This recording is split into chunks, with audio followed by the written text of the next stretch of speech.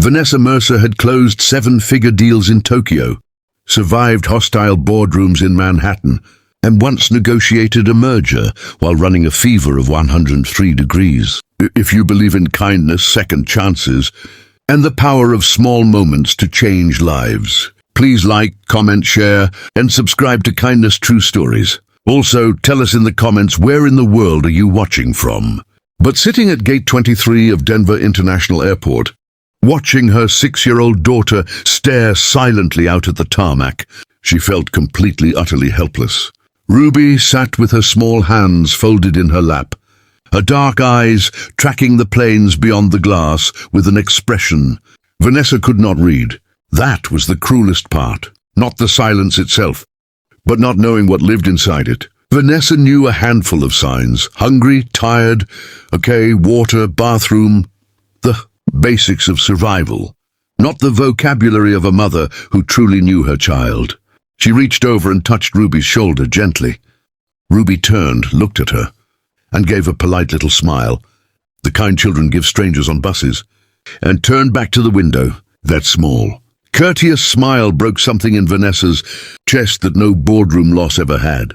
She pulled out her phone, answered 3 emails, and pretended that was enough. Then the stranger arrived. He was tall, unhurried, with sawdust still faintly caught in the cuff of his flannel shirt. The kind of man who looked like he had never once rushed through an airport in his life. He settled into the seat 2 down from Ruby, set a worn canvas bag at his feet, and glanced over, and then he stopped. He looked at Ruby with a kind of gentle recognition, the way you recognize a neighbor's face in an unfamiliar city. He leaned forward slightly, waited until Ruby's eyes drifted naturally toward him, and then his hands began to move. Vanessa watched, frozen. His signing was fluid, natural, conversational, nothing like the careful, deliberate motions she practiced from YouTube videos at midnight. Ruby's eyes went wide. Then, for the first time in longer than Vanessa could honestly remember, her daughter laughed.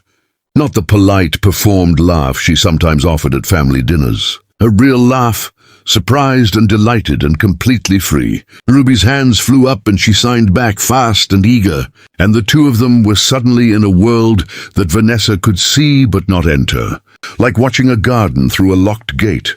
"I'm sorry," Vanessa finally said, her voice tighter than she intended. "What are you saying to her?" The man looked up. His eyes were calm and unhurried, the same way the rest of him was. "She told me she spotted a hawk outside the window 20 minutes ago and nobody noticed," he said. "She's been thinking about it ever since." Vanessa turned to the glass. The tarmac was empty and grey.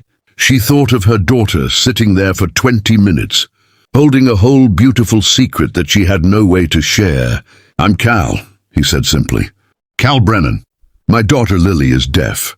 She's visiting her grandmother in Seattle this week, which is why I'm at an airport without knowing what to do with my hands."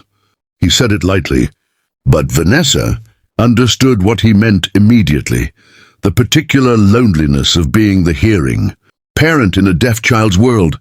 The flight delay stretched from 40 minutes to 2 hours. In that time, Cal translated freely and without making Vanessa feel ashamed. He told her what Ruby thought about airports, that they smelled like waiting, which Ruby considered a very specific smell. He told her Ruby had strong opinions about the color of the carpet, and had noticed that the woman at the gate desk was sad about something. "She reads people beautifully," Cal said. "She always has," Vanessa said quietly, and then stopped, because she realized she hadn't known that. Not really. Not until a stranger told her.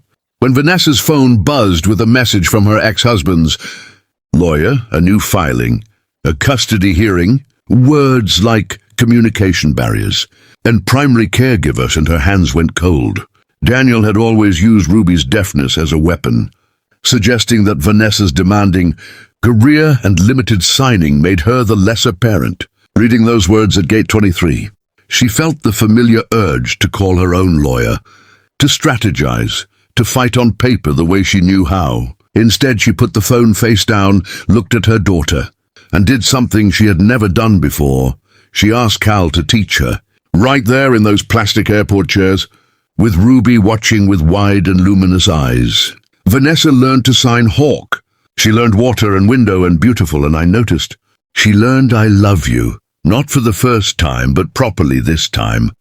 With her whole hand and her whole face, and something behind her eyes that she hadn't let show in years. Ruby reached out and corrected her fingers gently, patiently, the way a teacher adjusts a student's pencil grip.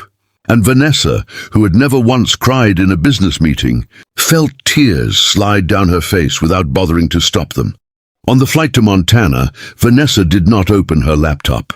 She sat beside Ruby and they talked, slowly, imperfectly, with Vanessa messing up half her signs and Ruby laughing and showing her again.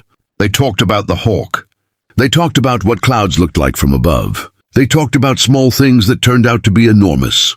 When they landed, Ruby took her mother's hand at the top of the jet bridge, looked up and signed something careful and deliberate. Vanessa understood every word. It meant, I knew you were in there. The custody case was resolved 3 months later. What changed the judge's mind was not the lawyers, or the financial disclosures, or the character witnesses. It was a video Ruby's teacher submitted.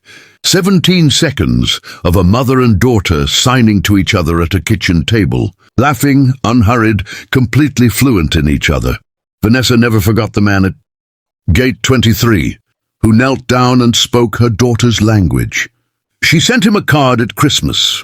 It said only she was always talking. I just finally learned to listen. If this story touched your heart, please show your love by liking, sharing, and subscribing to our channel, Kindness True Stories, where every story reminds us that the most powerful connections are built not with words, but with the courage to truly see one another.